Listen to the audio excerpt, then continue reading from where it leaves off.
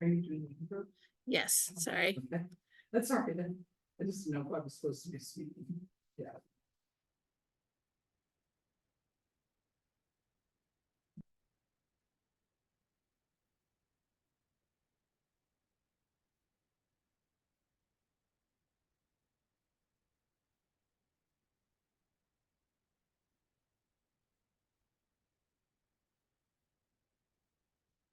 Hi, I'm Missy Harris, the Director of the Lincoln County Library System. I am very excited to welcome you to Gouache Painting with Judy Gouache. Before class begins, I'd like to take a moment to thank the Lincoln County Library System and our facilitators and the Wyoming Arts Council for providing the monetary support in making this program possible. Judy Gouache received her Master of Fine Arts in Printmaking and Painting from the University of Wisconsin-Milwaukee. After she moved aboard a sailboat in the Caribbean and on the island of Trinidad sold her pastels and oil paints. Eventually, she moved into watercolor painting. She spent 10 years sailing and painting before settling in Wyoming. She has taught at the University of Wyoming, Western Wyoming Community College, the Jackson Art Association, and has held many classes at her studio, the Creative Spirit Studio in Bedford, Wyoming. Thank you for joining us, and I hope you enjoy Gouache Painting with Judy Gouache. She's there last time. Yes, your last one is like today, we're doing a multiple day painting. So Okay, so I've it's got gouache painting. somebody's microphone is on, so if you guys can just check that. And then we'll go ahead and turn the time over to Judy. Okay.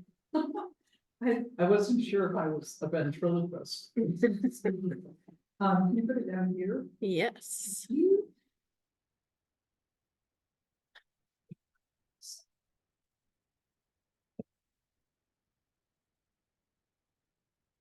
Hello, everybody. So what we're doing for our final project is called a diptych. You can have a diptych or a triptych, and usually what it is it will be 2 panels or maybe 3 panels if it's a triptych of an image that goes together. So everybody seemed to like the fall images, so I've settled on this. And this is the mat board that everybody's been given, and we're going to put our last 2 paintings side by side together next week. We kind of struggled with this one. So last week we did the horizontal person walking in the woods, right? And so this week we're going to be doing basically the same thing with the path. I haven't put my person in here yet, but it's going to be like this, all right? And we're gonna start kind of have one side that's a little bit jagged to introduce you to that before we go over how to do water with reflections in it, which will be next week, all right? The reason I wanted to tell you about this is because the mat board is actually much smaller than our image. So how we are normally taping it is a much bigger area. So in order for the painting to show up nicely in the frame, I think it's important for you to put your frame down on your taped paper and just make little marks with pencil without marking your mat board, just mark with the pencil so that we keep our trees in an area where they will show up once it's matted. This was my bad. I should have gotten a bigger mat board. So I just oriented it like this. I put little lines on the corner where the mat board is going to be, so that I'm sure that when I draw my tree, it is in a position where it will show up like this, okay? You don't want to do your tree so that when you put the mat board over, you've knocked your tree out. Does everybody understand that? Okay, so you're just making little corners about where your mat board will go. And I have 2 pieces of paper down here, but we're only doing 1 painting today, except those of you who move more quickly are welcome to do 2, okay? And so today we're going to be doing the path again, but with different colors. And then next week, we're going to be introduced to the stream painting. which is, where we'll have reflections in the water, we'll be adding stones in the water. And so I assume everybody has their paper taped down in the vertical format, the portrait format. And we've all marked where our edges are. You could even, if you wanted to, you could even do a line just straight down the side real lightly. It won't make any difference like that. You don't want to draw any man for it though. Okay, so this is where my image is going to go. And so with the path, in order for these two paintings to go together nicely, what I want to do is have my path have a meandering path on the left-hand side, and then on the right-hand side, it's going to swoop over this way. And then the stream, when we do that next week, is going to come in the opposite way so that they kind of flow together quite nicely. I hope. All right. So what we're going to do is again draw just the main trees and our path going a little less than halfway up the page, the piece of paper, I should say. And then I'm drawing just a meandering line. And again, it's kind of in perspective, just meandering like this, and then finishing at the end of the page.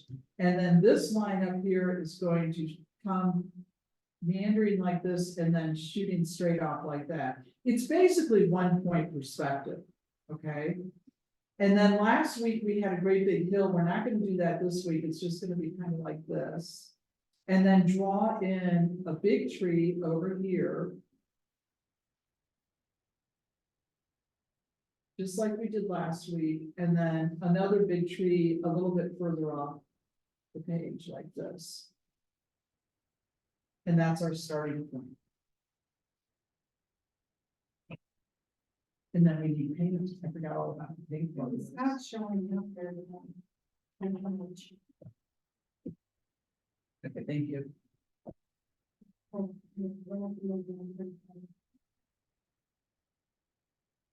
What you don't want to do is you do not want the path to finish right in your corner. There was.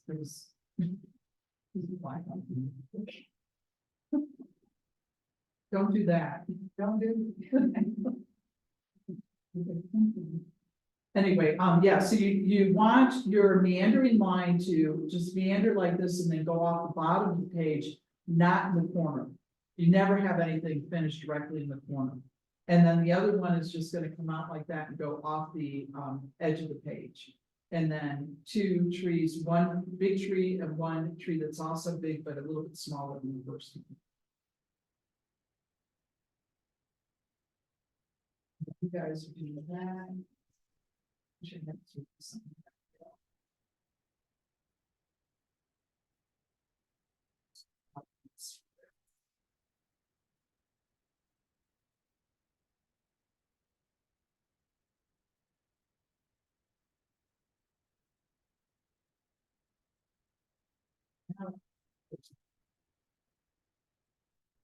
Okay, so today's colors are going to be fall colors, right?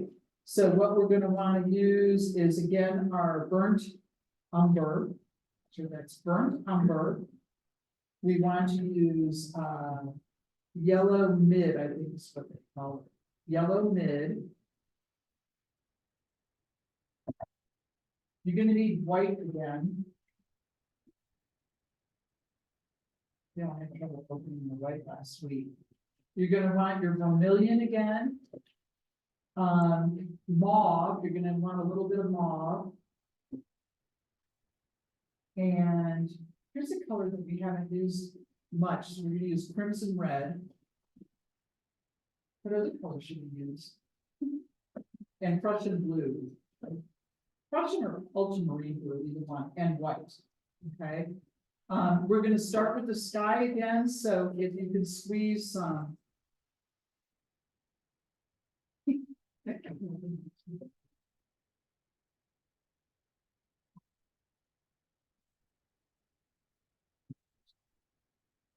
Okay, white. I'm using titanium white because that's the only one I can get open. Which does lead to a good question that someone asked me last week. Apparently, if you put your top on these tubes of paint with paint on the side, it's gonna be just the dickens to get that open without breaking the tube. I think that if you soak it, you can get water up in there and then get the tube open. The gouache apparently dries like glue. So I've got white there and then a little bit of Prussian blue. You do not need a lot of Prussian blue, just a little itty bitty touch of it. Okay? Now, last week I had you putting some yellow ochre up in the sky. We're not gonna do that this week. And also last week, what happened was, some people did their sky way too thick. I'm not pointing any fingers out in my studio audience. So we don't want to do that again. You can use the number 6 round for this. I don't think it makes a great deal of difference. So I'm gonna take some of the white paint and I'm gonna drop just a little smidge of blue in there for a nice light blue color, okay? And again, you do not want to put this on too thickly. The reason is that we're gonna be doing a lot of painting on top. What we want basically is to get some blue going down the middle for contrast with the fall colors. So blue and orange are complementary colors and it really sets it off nicely, okay?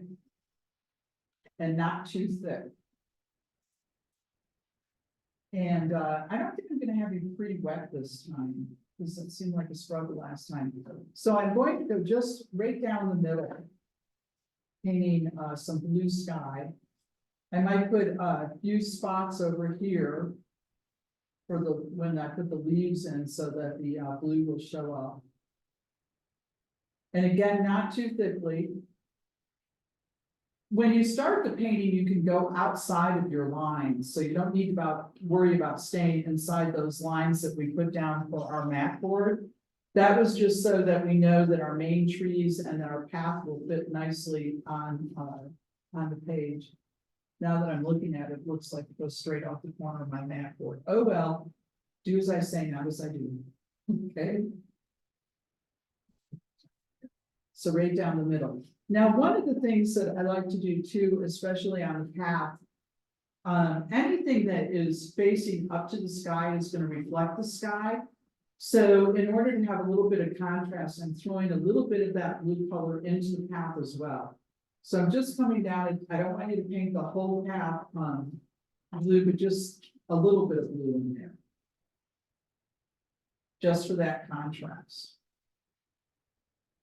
Okay, so when everybody gets their sky painted more or less like this, then give me a thumbs up and we'll move to the next part. I don't know why I struggled with this painting. I think because the first one was so well done, but it ended up being way too big. So again, we're going for having the blue dropped into the center, a little bit on the sides, so you can see where it does pop through up here, maybe a little bit down here. And then a little bit on the pathway, and not too thick.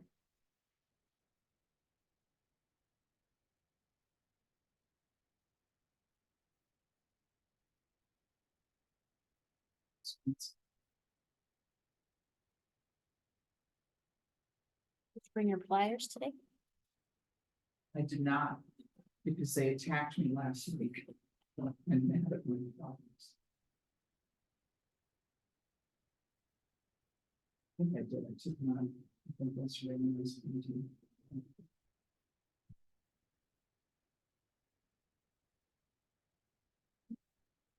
And you can go ahead and put little pieces, little dots of paint. We're not gonna need a lot today.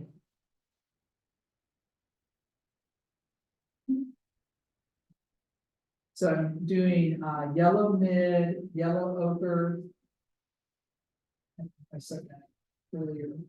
I'm putting in some of the, is it crimson? Crimson red. The vermilion red. You do not need a lot of paint. Mauve.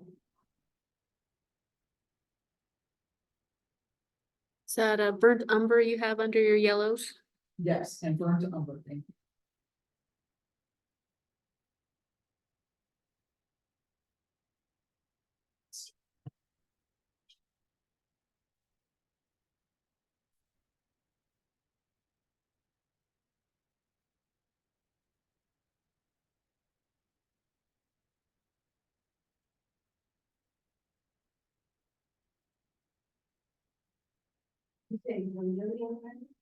I said from, yes, vermilion red and also crimson red. I think it's just vermilion, yeah, vermilion and crimson.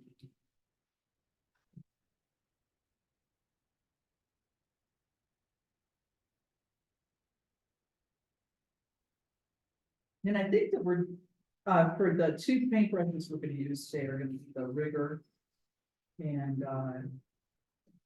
the number 6.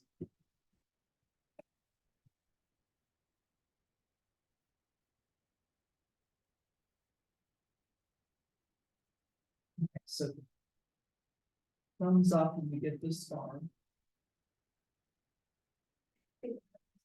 Yes, yellow mid, yellow ochre, Prussian blue, burnt umber, vermilion, crimson red, and mauve. I put Prussian blue in there twice.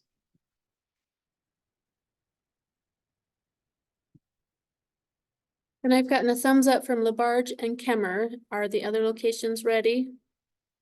Cokefield's ready? Okay, good.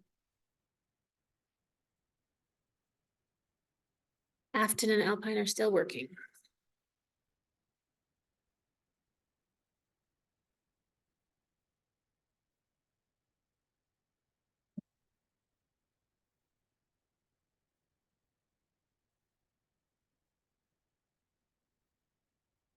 Isn't it fun to have all those colors out?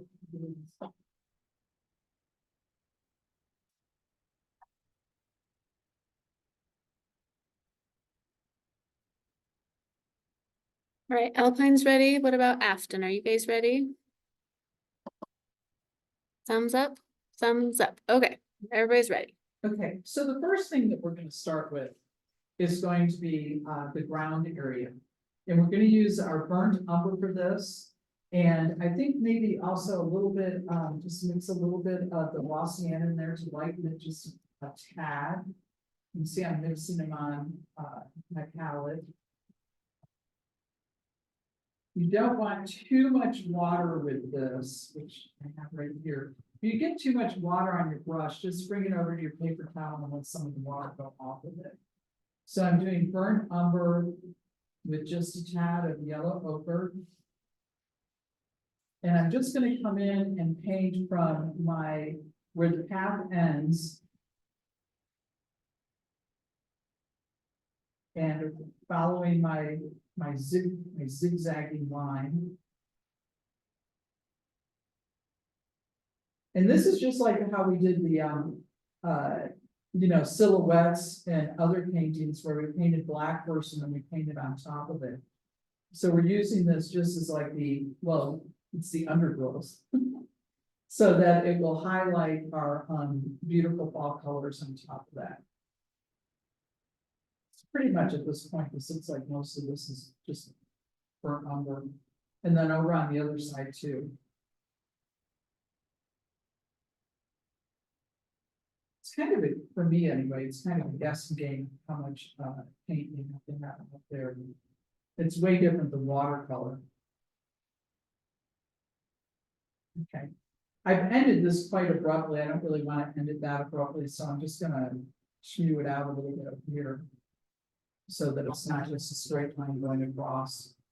And maybe take also, I just made my brush wet and I'm just feathering it out a little bit at the top. It's actually more watercolor than wash. So this is how far I've gotten so far. Presentation here. Where's the camera? You can't find the camera. Where is it? There we go. Okay. Phew. Sorry.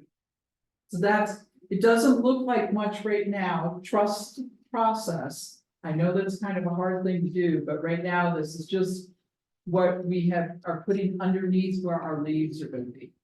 Okay.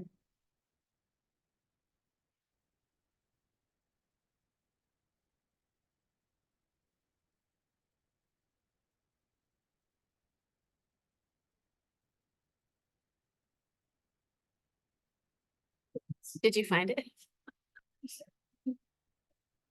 Okay. Now, as far as, you can see, I've done a number of these, and like I said, I was struggling with it for some reason.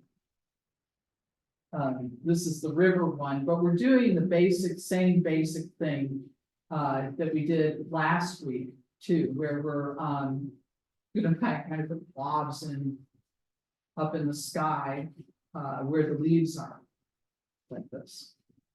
Okay, so I think that the best color to start out with is, believe it or not, going to be a little bit of mauve. I'm sorry, has everybody gotten to this point? Give me a thumbs up if everybody's ready to move into the next step.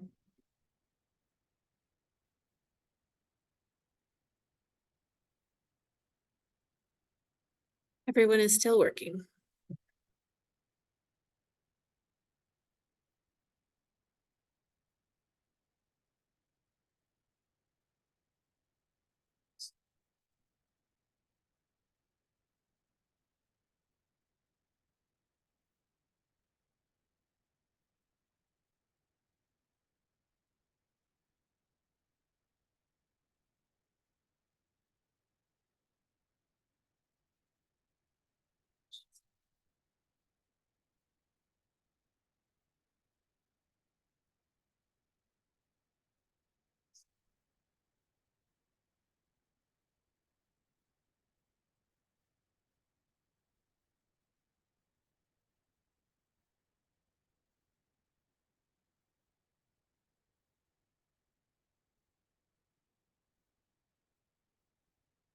That was a mistake. I didn't think of that.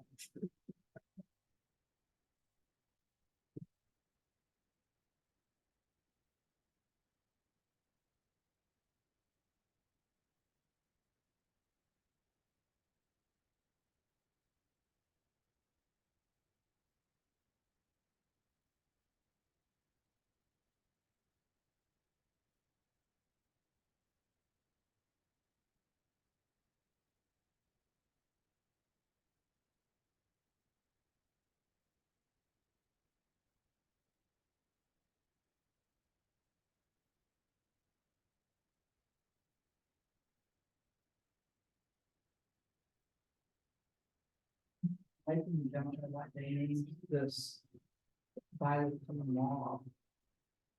Mauve has much different meaning to me than what this color is. This is the mauve color right there. To me, that looks like purple. Does it look like purple to you? Mauve. Yeah. Really? Mauve to me is like, maybe I'm thinking dusty rose. Maybe that's lavender. Yeah. Mauve is more pink, yeah. Yeah. It's a very off pink. Yeah. Should we write to them? Added. That's what we would like to give you our opinion on the law.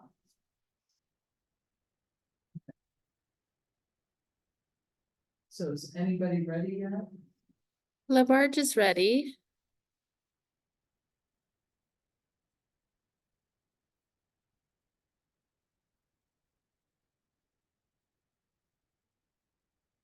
Emma is ready. How about Thane? Yeah.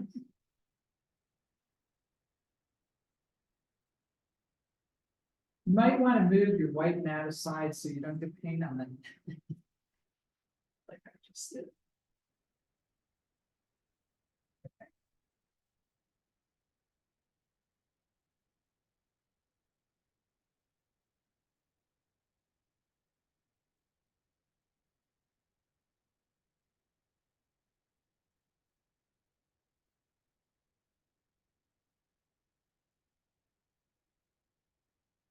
Alpine's ready. How about Coca? So Cokeville and Afton, are you guys still working?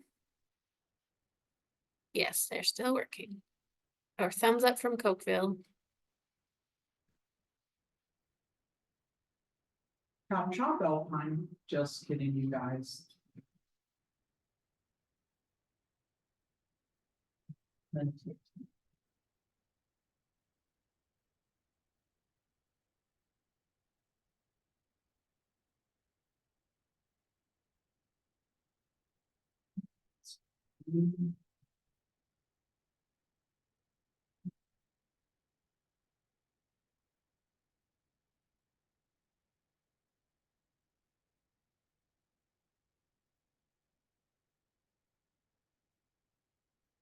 All right, Afton's ready. Everybody's ready to go. Okay, all right, good.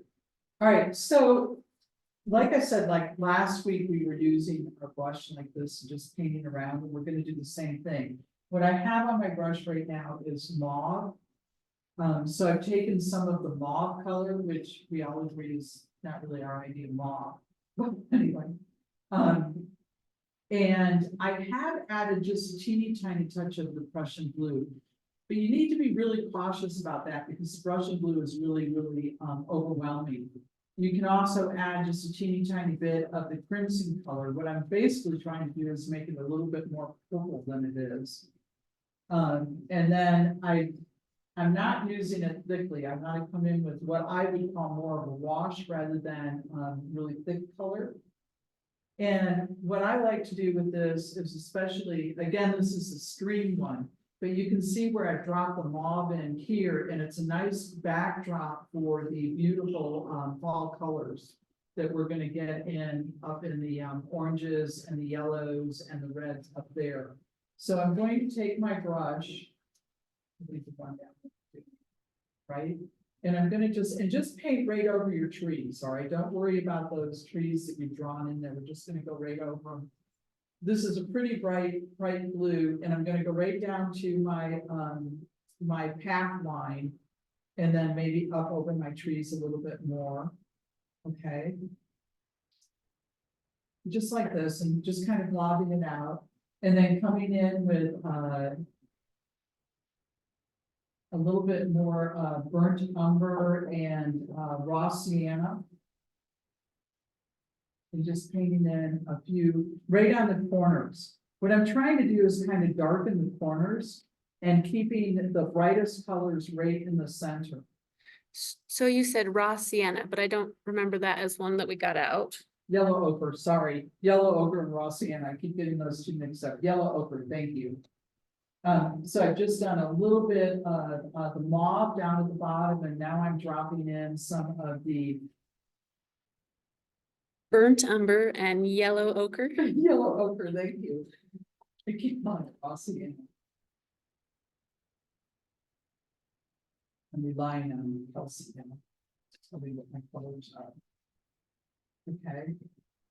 Again, I'm leaving the central area. We're gonna get some more color in there later. And remember, you can do a lot of schmooing. I know that when you're doing a painting like this, sometimes it reaches a point like this and you're thinking, oh my gosh, it's such a mess. But I can see faces out in the studio audience that are saying that right now. But it will all come together later, all right? So right now it's kind of like doing the backdrop in a theatrical production, all right?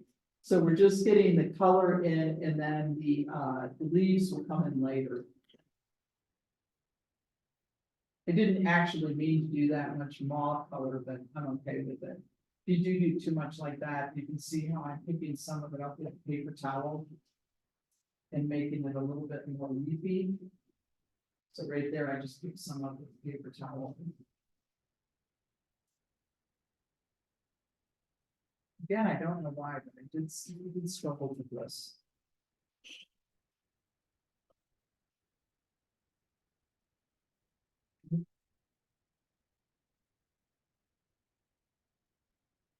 And now I think that at this point, what we're gonna do is we're gonna paint those trees and those big trees.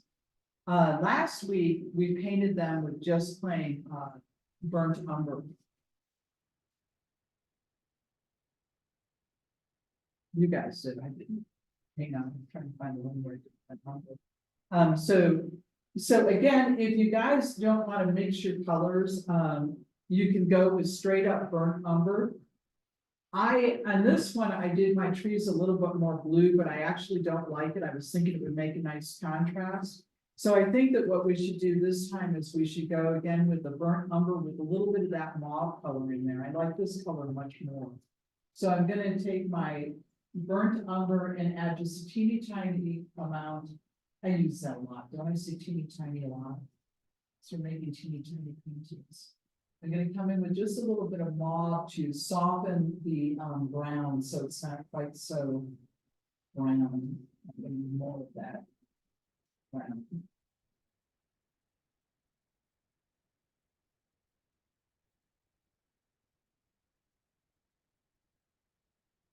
So that burnt umber. And we are getting a little bit thicker. We're not like our initial wash, but paint is a little bit thicker now. And I'm just gonna paint in my two biggest trees. Straight across what I just painted.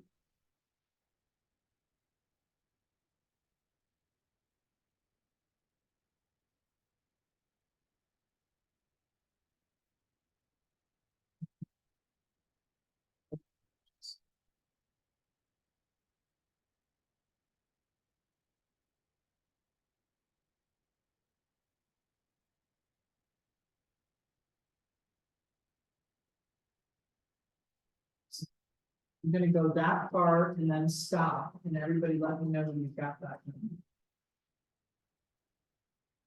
Here's Mr. River.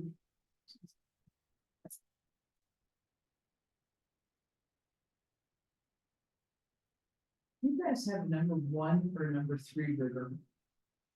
Thank you. So,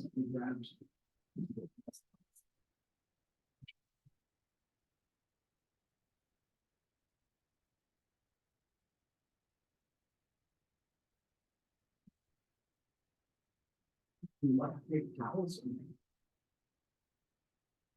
So right now we have this very odd looking painting. Trust the process.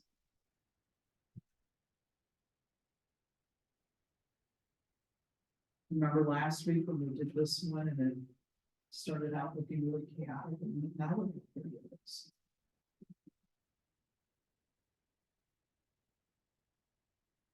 Hopefully this week's routine is well.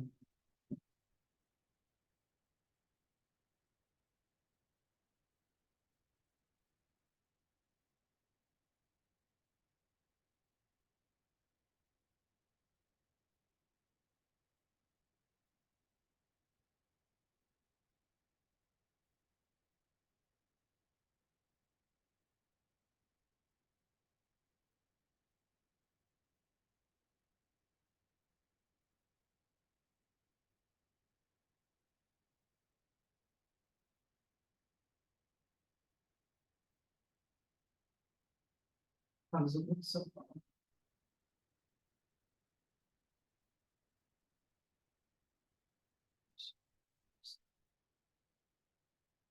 And now we turn the class over to the other Judy.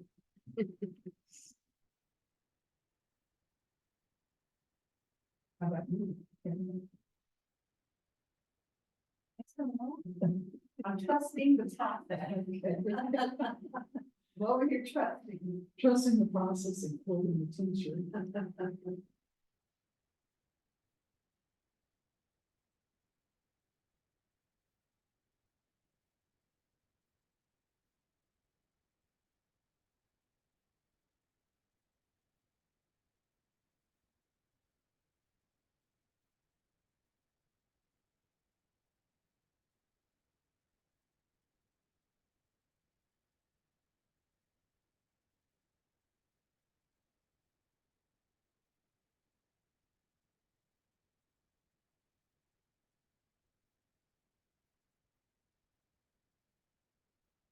You hold yourself to tomorrow, see.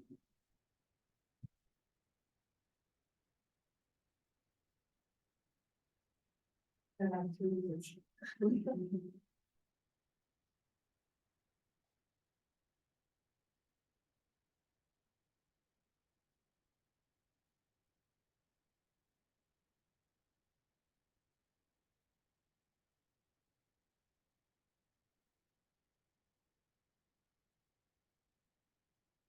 Minus a little bit too, in the body, in the middle, but.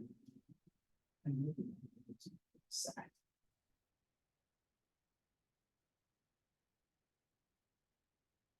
When you guys have all gotten that far, then you can move to the rigor brush and do some more trees, because they don't need more leaves.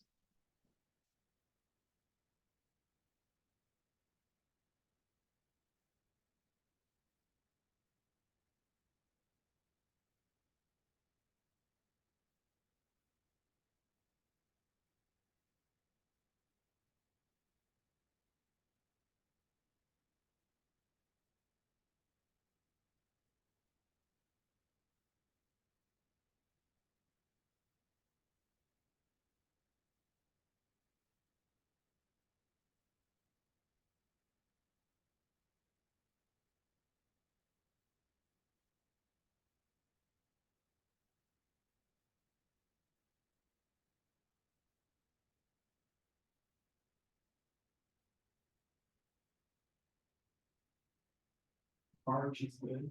Mhm.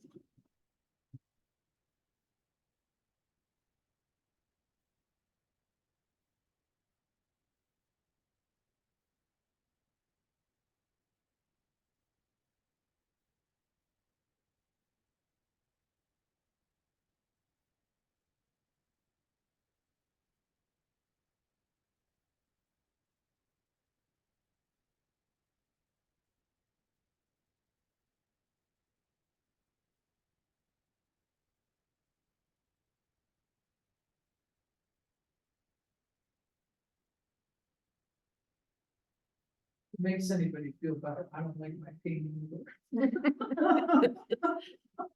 So looking at it, what have I done? I'll trust the process. I'm praying that it all works out. And hoping that y'all are better than me. Not sure. My it's really. Don't forget, you can always wet it and pick some of it up with your paper towel. Which is what I just did. So.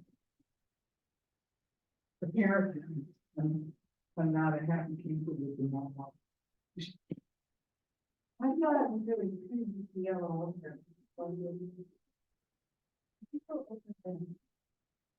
The mom in the middle, and the top of that, is that a little bit burnt? Yes, I added a little bit of the burnt umber up there. And that may be the solution for me when I get down into this area. Because we're gonna wanna offset the blue person, today's blue person, right? Just not gonna be offsetting that violet. It's all right, I'm trusting the process. Yes. Did that work? Yeah, somewhat, but yes, it's a process. We'll see, it'll be a surprise. Prayers are involved in this. So Kemmer and Alpine are also ready. How about Cookeville and Afton? Cookeville's ready. And Afton's ready. All right, Okay, cool. everybody's ready to proceed. Okay, so what I've done now is again, using the burnt umber, I'm gonna paint some more trees in there. I have added just a little bit of the Prussian blue to make it just a little bit darker for the trees. And then we're just doing like we did last week, where we're painting with our rigger brush some more background trees, just going up the page. Remember, we did this last week. They don't all have to be straight, which is good because, and then coming in with your branches. And remember that this rigger brush actually holds a lot.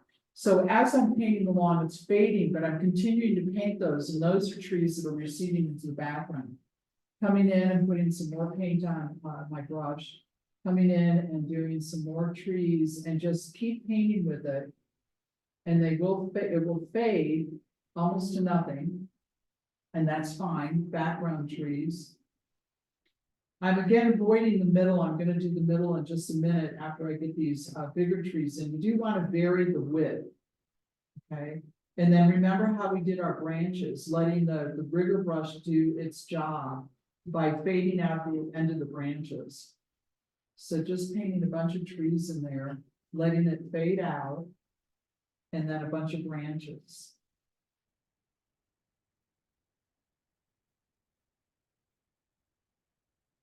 So I've done 1, 2, 3, 4, 5, 6, 7, 8 trees.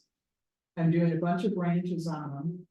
And again, with this main tree that we've already put in there, you can either stop at that big tree, or you can just go straight across it and later come in with the brush and fade it out.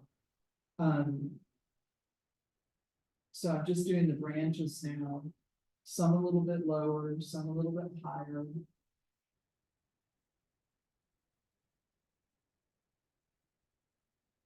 And what I meant by that was if you want to do a branch that, actually just went across that tree. But the tree is in front, so then I'll just come in with a little bit of water and kind of erase it like that. Even all the trees go off. Yes, the trees can go onto the table. Yes. Is that what you're asking? They're all going all the way up. Yes, all the way up. Thank you. And then branching out. So just do you know, a few of the trees. We're gonna come in with some more later, but we've got to get leaves in here onto these distant trees. I'm still trying to figure out how I'm gonna fix my. So when you get that done, give me a thumbs up and we're gonna come in with some more colorful leaves.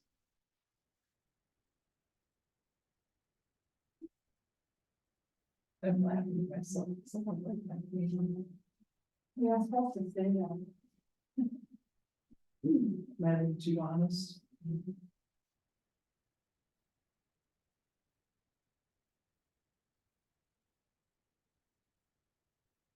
I like it better now that I have the trees in there. Yeah, the branches.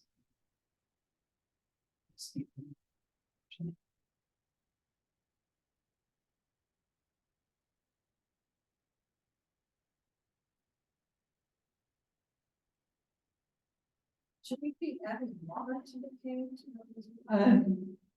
I have added a little bit of water to mine, yes, just by dipping my brush in, but then getting some of the excess water. So just like with every other painting that we've done, when you're painting on top of previous paint, you don't want it too watery or you're gonna reactivate. So we're not trying to reactivate at this point. But you have to have enough water added in order for you to get the paint out onto the piece of paper.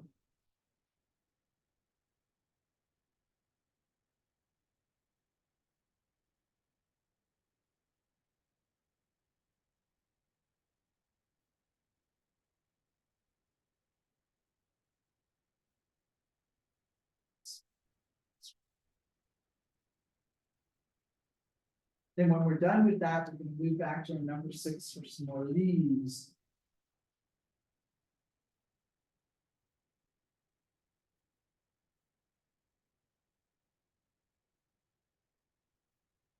It's like perfect form.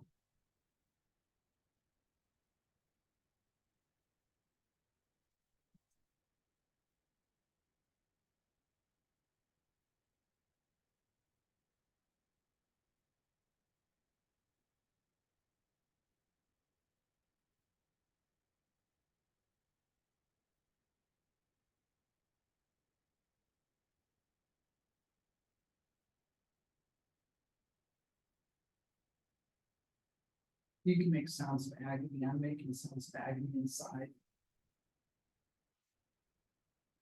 Let's see to get my branches thin. Big enough? Thin, Hopefully enough. yeah.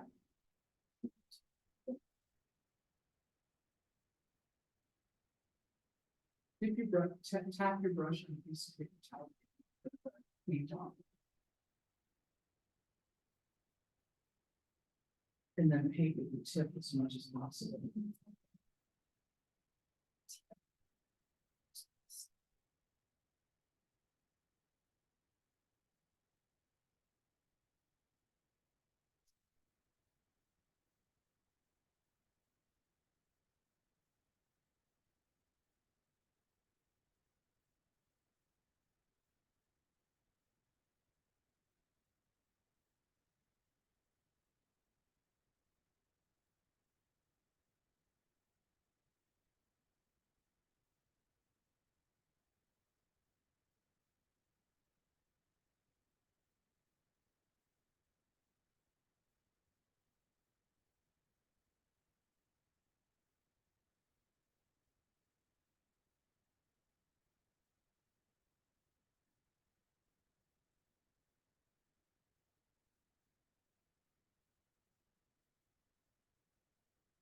Who's that?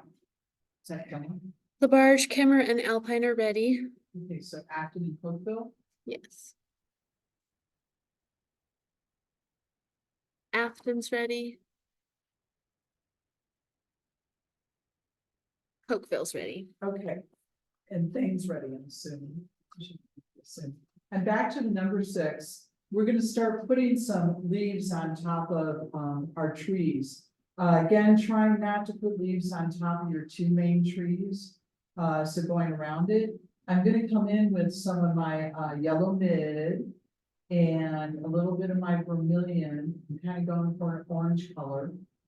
I'm using the paint a little bit more thickly now, so less water. I am gonna have to add a little bit of water though, So yellow mint and what again? vermilion. To make, more of a, it's kind of reflective there, but I'm making more of an orange color. Really.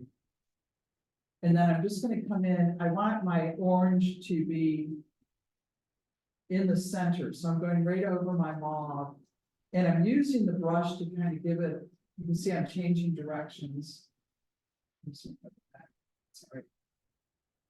And just kind of, I know I'm coming up with all these really not very descriptive words. I'm kind of lobbing it out there. Okay.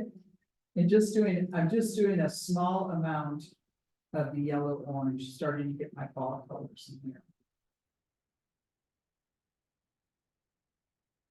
Stop right there with that. So doing orange and then coming in. This is just me. This is way too. Me.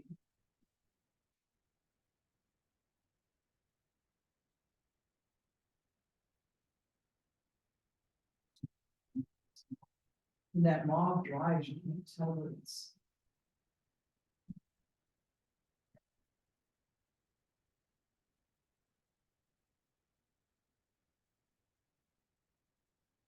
Coming in with a little bit of burnt umber and yellow ochre, right? Thank you. And I'm coming in down here with just a little bit of browning up that area a little bit. This is just added into the orange because we don't want it all to be so brightly colored that you don't have any relief in your fall colors. So I'm just adding a little bit of the umber and yellow ochre on top, just rounding it up a bit, especially around where the teacher became way too purple. Okay. So at this point, your painting should look like this. Well, I'm actually hoping that you all out there have paintings that look better than this. But generally speaking, this is where we are at this point. Okay. And everybody give me a thumbs up when you get there, and we're going to go back to doing some more trees.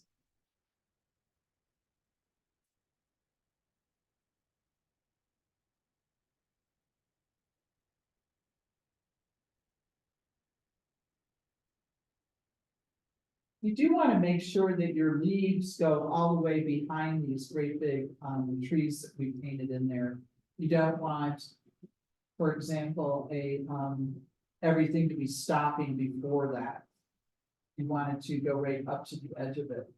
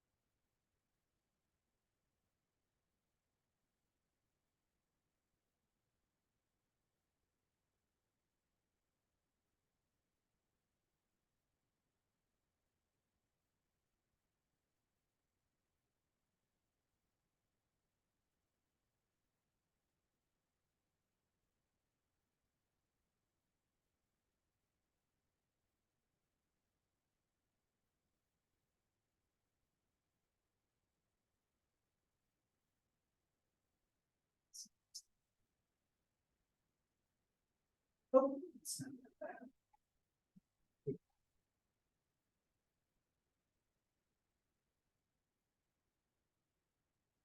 You see that violet is bothering us. I'm gonna come in with some bright yellow at this point too.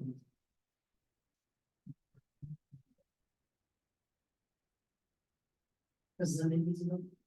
No, the yellow mid. Not quite lemon yellow, right? Just adding a little bit of that in. I added a little bit into the yellow area, the violet area, right on top, and a little bit over on the side, just a little bit of touches. Just continuing along, making. So just here and there. That's my.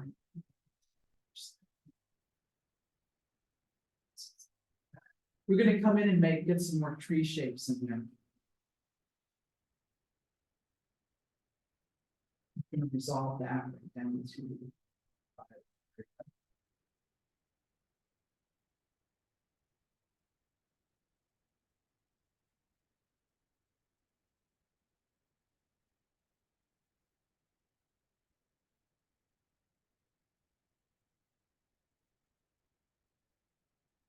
So when everybody starts getting some leaf colors on there. About this, give me a thumbs up. And then we're gonna continue painting some more trees in. And also get some more color into that path.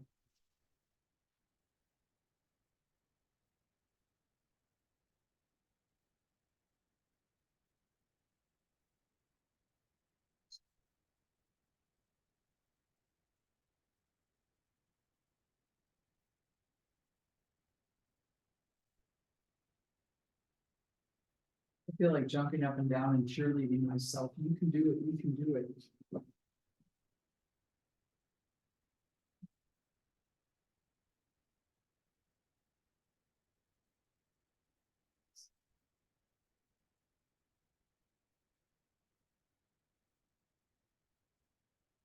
That's what I'm looking at. So. Give me a smile out there so I know that it's okay. Everything's gonna be okay. Thank you. That's my best friend out there. It is awesome. Okay. Is everybody ready to get some more trees in there?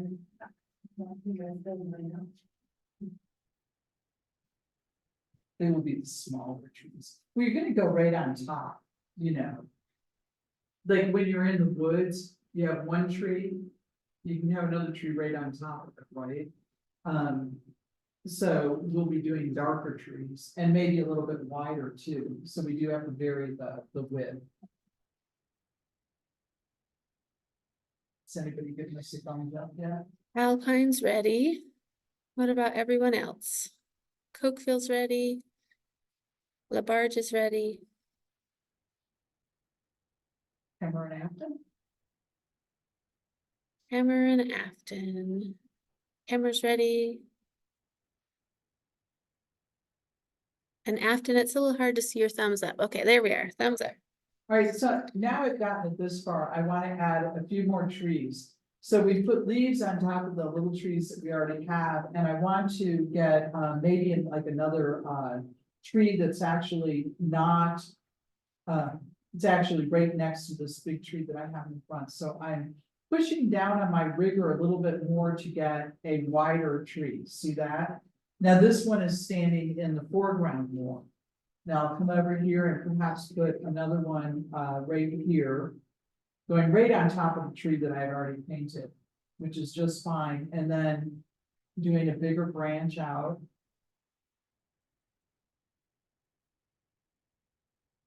Again, letting my rigger do the work.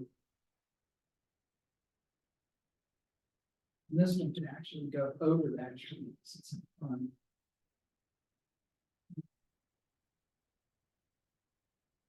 Again, what you do want to do is you want to leave a lot of that blue up there, so you don't want to get too many branches or leaves going over that blue. And then maybe another bigger tree here. Again, coming into the foreground area a little bit.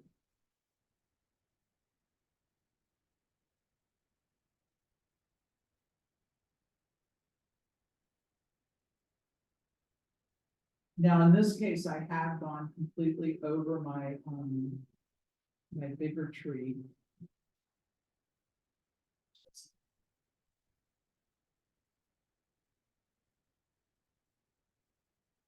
Every now and then, I'm gonna pick up my map board to see how the image looks once it's matted. And I can see that I still have all my trees shown, so it's good. You only need a few more, so I put in 1, 2, 3 bigger trees in the foreground, okay? Then you can see how it's starting to take shape. After I've done that, I'm gonna come in with some more of that yellow. I feel like I need to brighten up this area down here. So I'm coming in with that yellow mid, and I'm doing it pretty thickly because sometimes the yellow is more transparent and the color will come through. As a matter of fact, I think what I'm going to do is mix in a little bit of white with that yellow.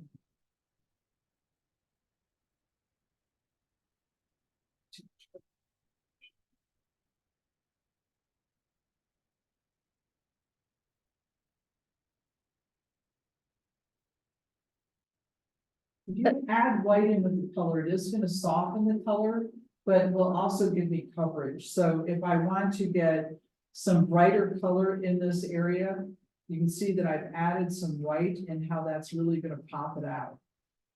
You can see that if I bring it further up to the camera. See how this, with the added white, how it's really popping the colors out there. I didn't want too much of that. I just wanted to test it out. So by adding a little bit of white to your yellow mid, it's really going to pop the colors out a little bit more. And I'm making that through the center. What does it say? Oh, that was you saying. That was me. I just told them the colors you're using. What did you say? Okay. Now this is going to be especially relevant when we get down into this brown area where we're going to start dropping some leaves, some fall leaves. Which I'm going to do right now.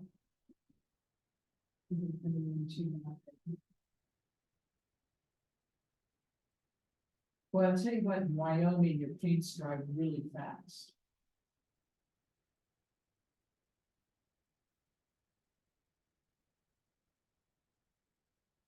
For this brown area down here, we're gonna do pretty much the same thing that we've done up in this leafy area.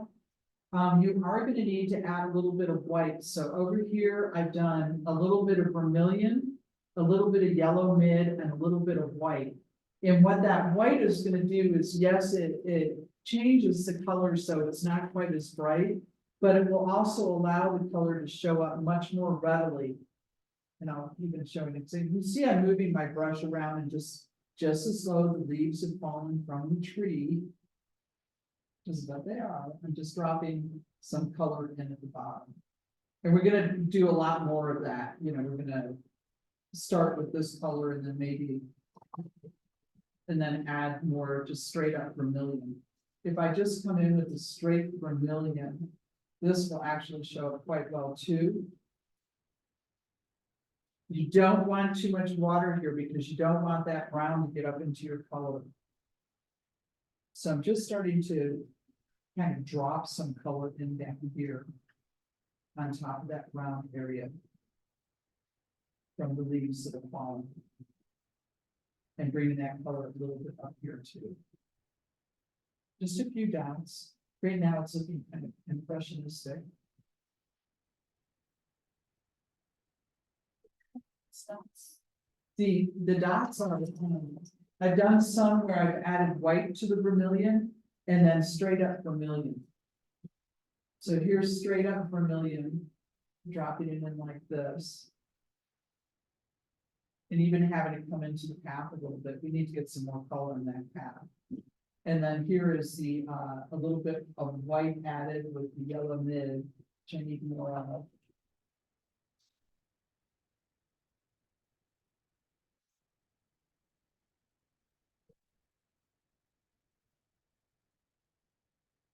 You can tell what colors we've used a lot more of. I'm almost out of the yellow. and the whites for sure. Remember when we were worried about running out of black? So here's just a little bit of yellow dropped in down here, overlapping it. The thing about the yellow is that it is a pretty transparent color even in gouache. So I really feel like if you add a tiny bit of white to it, it will make it much more opaque, and then the brown will not show through.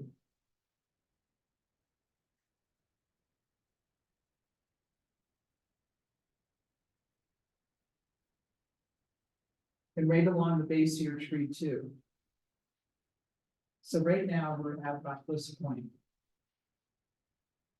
We're building up leaves down at the bottom. I've actually brought some of that color up into here too.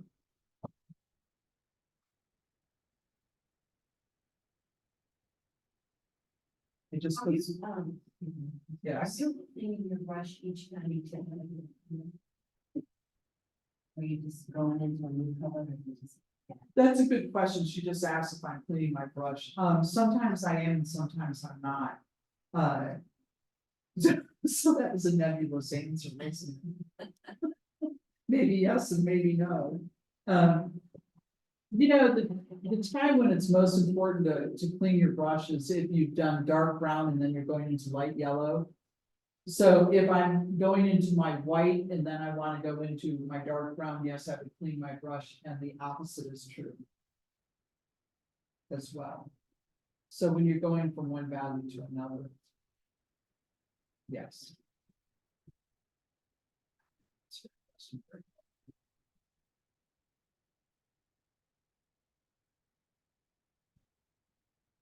We need to get some color into this path area too, which is going to be yellow ochre.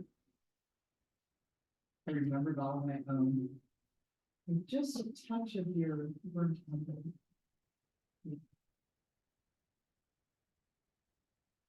We did this last week. Want the path to come, the color in the path to come across, not just straight down the middle like this.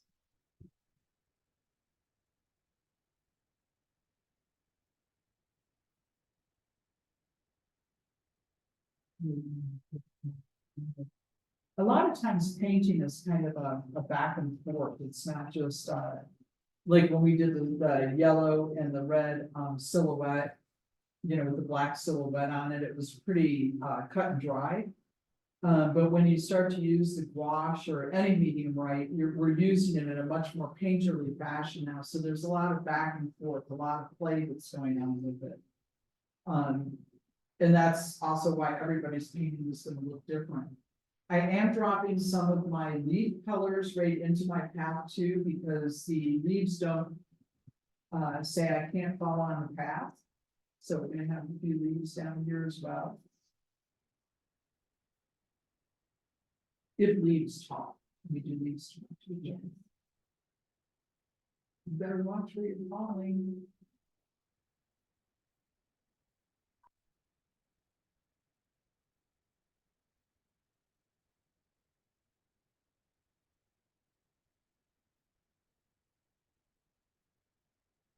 Have anybody made a mistake like I made here? I just felt like that was way too violet there.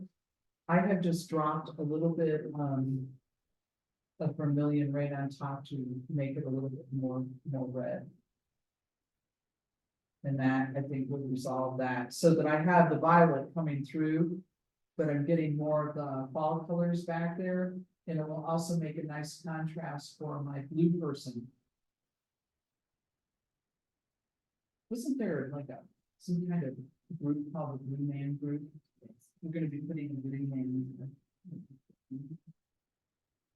I don't know what that was about, but the other thing I'd like us to do too is last week.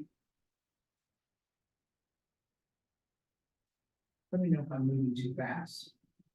Last week I had everybody put the dark edge down at the bottom. This week we have the whole thing is dark, But what I'm gonna want people to do is to pick up a little bit of your burnt umber and just soften that edge a little bit, the edge of the path a little bit like this. So I'm just coming in and going back and forth and softening my edge a little bit, so it's not quite so harsh of a line. Labarge needs it slowed down a little bit. Okay, thanks, Labarge, that's why I was wondering. I get all excited and start rushing. Okay, I'm gonna stop there and let everybody catch up.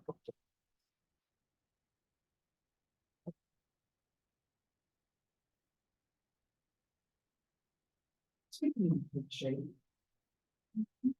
Yes. give me a vote of confidence. It is, it's coming together. It's looking really good. I missed the part where you had colored. Okay, I use, on the path, I use yellow ochre with a tiny bit of, the burnt umber. And then I just painted it back and forth, and what I was saying was last week, someone, when we did the path, we're doing the same thing we did here. Someone went straight down the middle with the brown. You don't want to do that. You want it to kind of come back and forth across the path. Kind of like it's shadows or dips and whatnot in the path. And then I also dropped in some of the leaf colors into the path. And then softened the edges. So there was a lot of information. Yeah, 20 minutes. Good thing we're almost done. I need a happy face out there. Okay, thank you. I know sometimes people are concentrating, and I'm like, oh my gosh. That's, What about just spattering on the path? that's a good idea. Judy just reminded me that we can spatter on the path too, and sometimes I forget about that. So to spatter, what you do, Sam, coming in with some vermilion.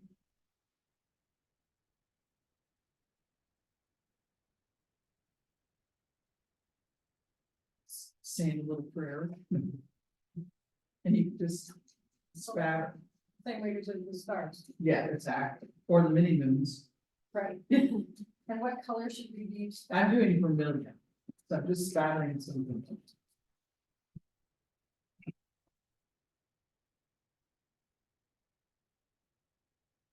And maybe some yellow too.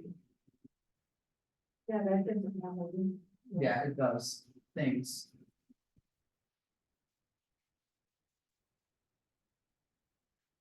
You can even do it up in your trees too.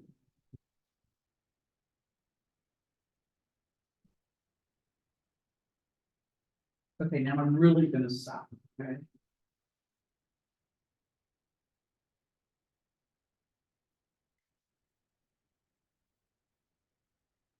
I'm not yawning. It's contagious. I just was reading about that this morning. That's a social thing, right?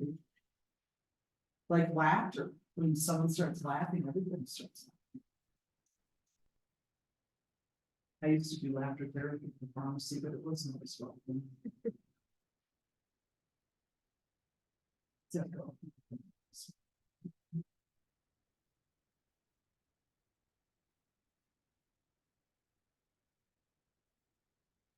I was really worried about this, but now it's starting to turn out. It's gonna look like this. Oh, yes. Just in case anybody wonders, the teacher is happy.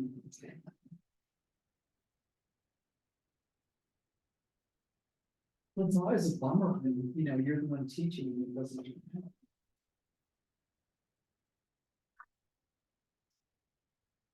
I think after just doing so many glowing sunsets, I kind of have an aversion to these colors.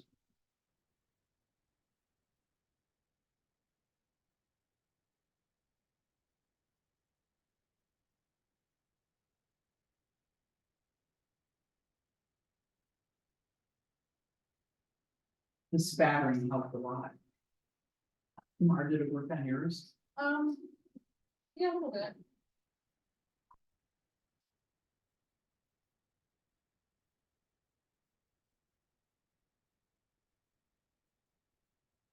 And you'll notice too that I also did put some of my yellow with white going right across my bigger trunks. Just to kind of push them back a little bit. Like I said, at this point in the painting, we're really doing a lot of back and forth. So it's not quite as straightforward.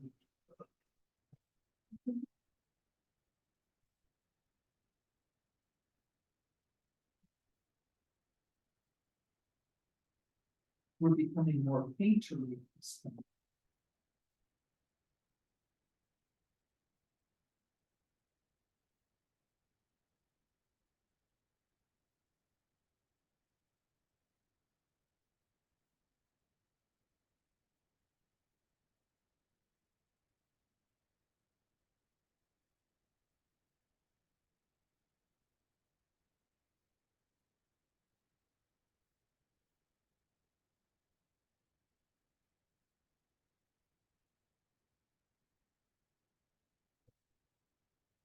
And with the leaves on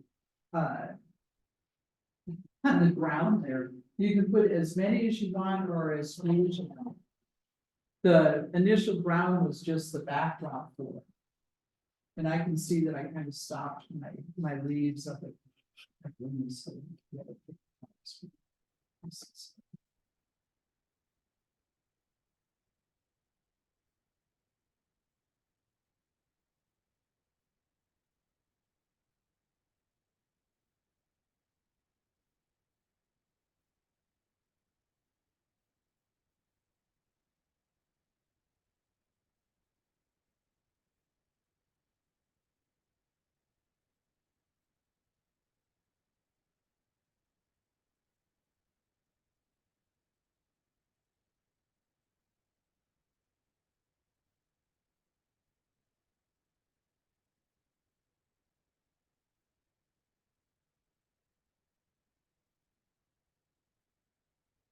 Okay, everybody give me a thumbs up and then we're gonna do our little blue guy.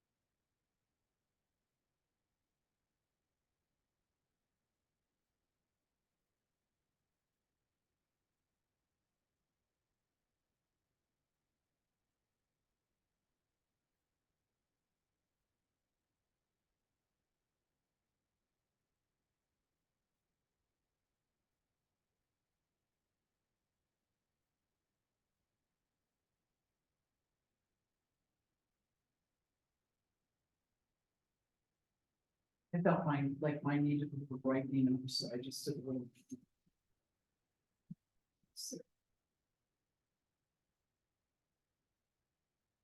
Watercolor dries lighter, like 20% lighter, and gouache dries about 20% darker.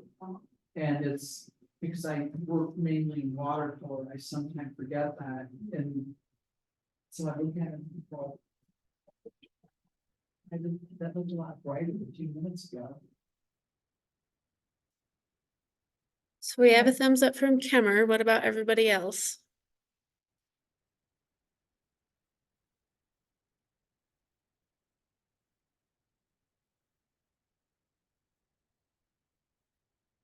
Oakville gave us a thumbs up. Alpine and Labarge are good. Afton's good.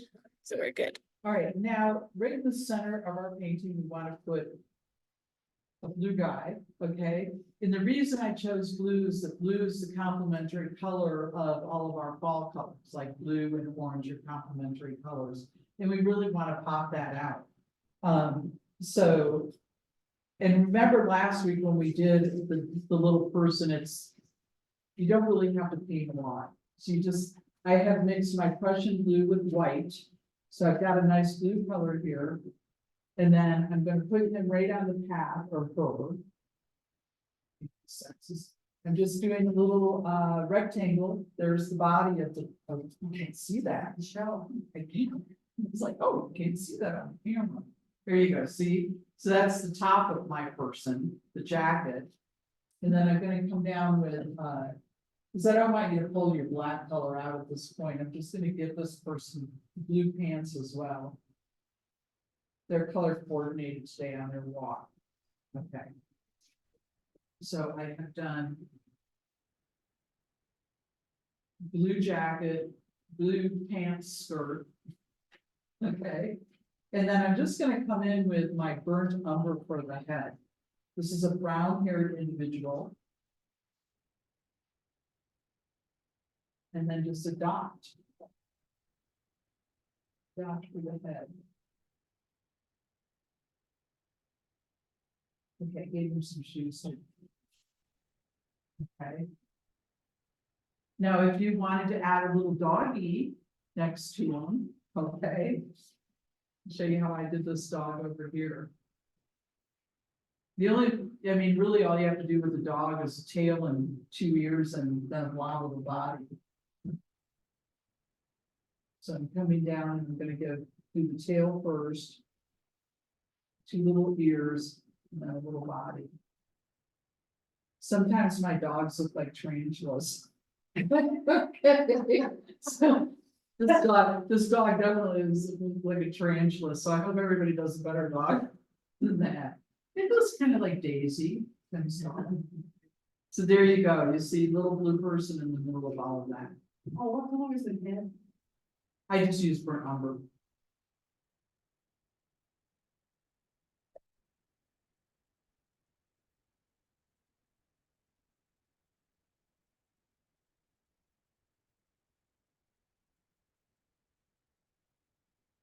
Then.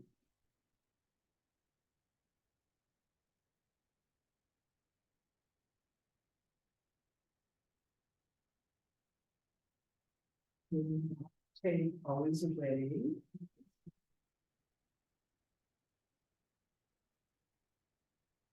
And this is gonna be this side.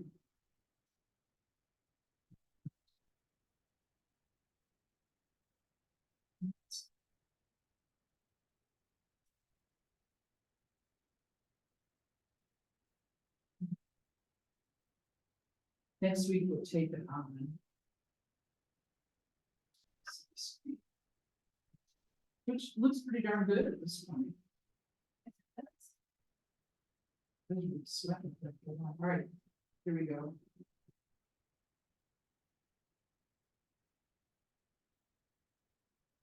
And the new person.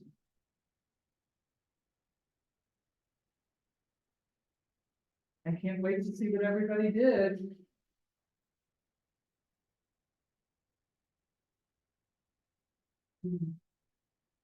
Take them, take them.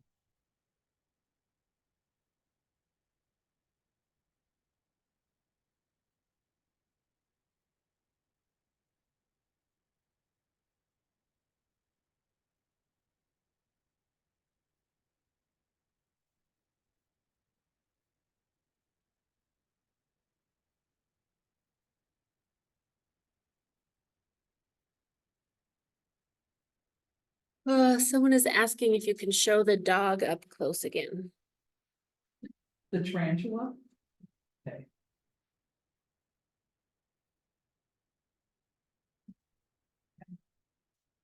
Kind of like a range Mickey Mouse. Let me show you my other dog, one that's more successful.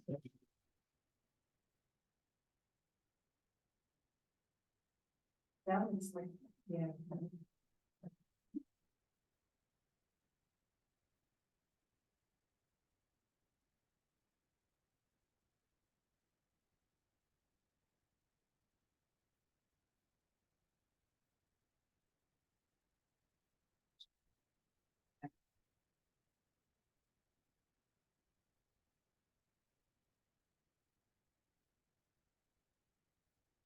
This is this week's, and then next week.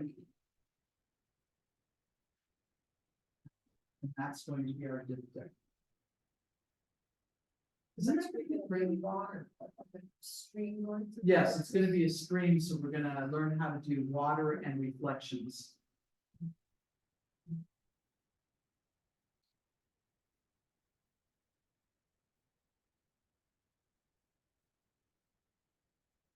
Does anybody have stuff to show? We have 4 minutes. Is anybody here?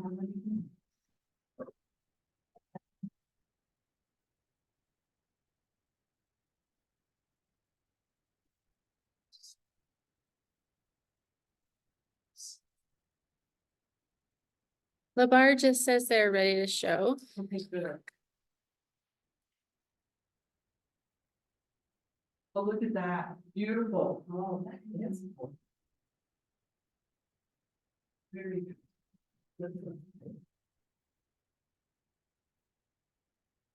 All right, anyone else ready to show? Did everybody abandon you this early? What did you there? It's like, oh, that looks familiar. You already finally got your sort of set that up.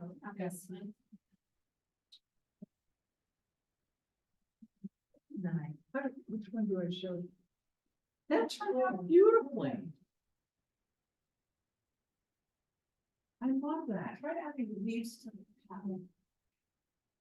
My person's very hard to see.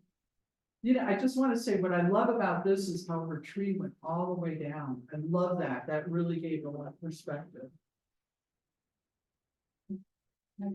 Good leaves. You did really good leaves on that. Skip up that. Hurry, hurry, hurry, so you can show this.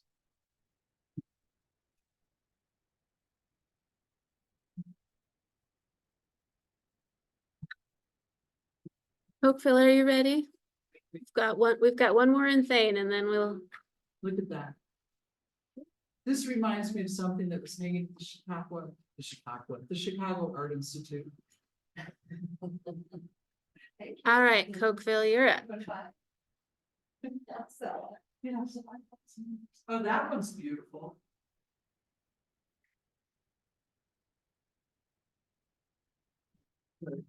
Very good. I love the leaves.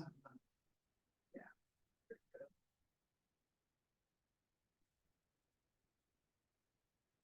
Good. Thank you for smiling. We're enjoying this. Oh, good. That one's good too. Okay, they're all reminded me of something I saw at the Chicago Art Institute now. Was that Cokeville or? That was Cokeville, yes. How about Alpine? Alpine, they're still working. Afton, are you guys ready to show?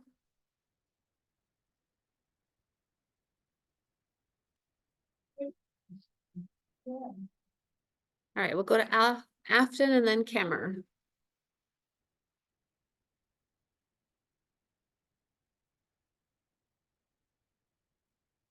Oh, nice.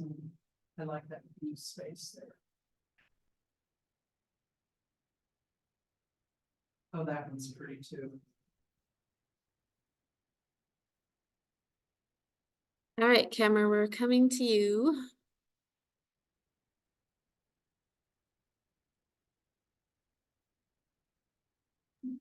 Okay. Let's see if I can get in the camera. Nope. There you go. I love the violet and the path. There we go. Okay, and You then. don't have a dog. Where's the dog? I knocked him out. Did you run away? That's Yeah. In the woods. Okay, oh, and we have our last one. We do. I Okay. can't wait to see these all next week in the map board. That's really good. Thank you. So, you did a good dog. Well, sorta, Oh, yeah. like I. All right, Alpine, are you still working?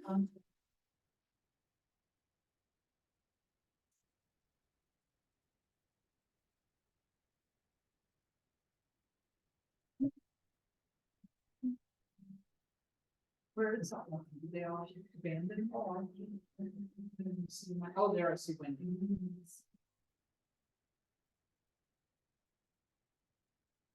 Oh, good.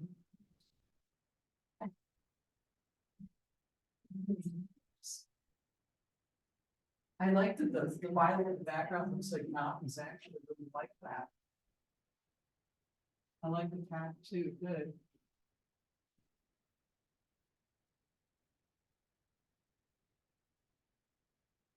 All right, Thank you, Wendy.